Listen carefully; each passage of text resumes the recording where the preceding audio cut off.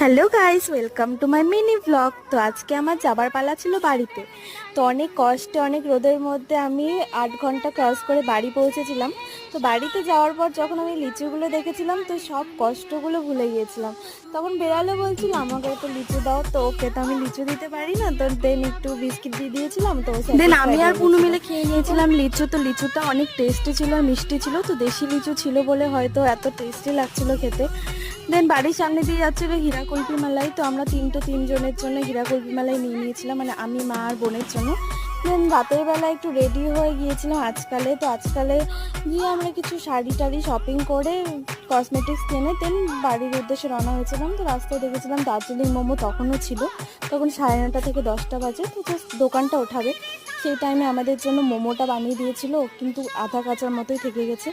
মানে মোমোটা খুব একটা ভালো ছিল না, ভালো রিভিউ দিতে পারছি না। দেন দেখা হচ্ছে পরে।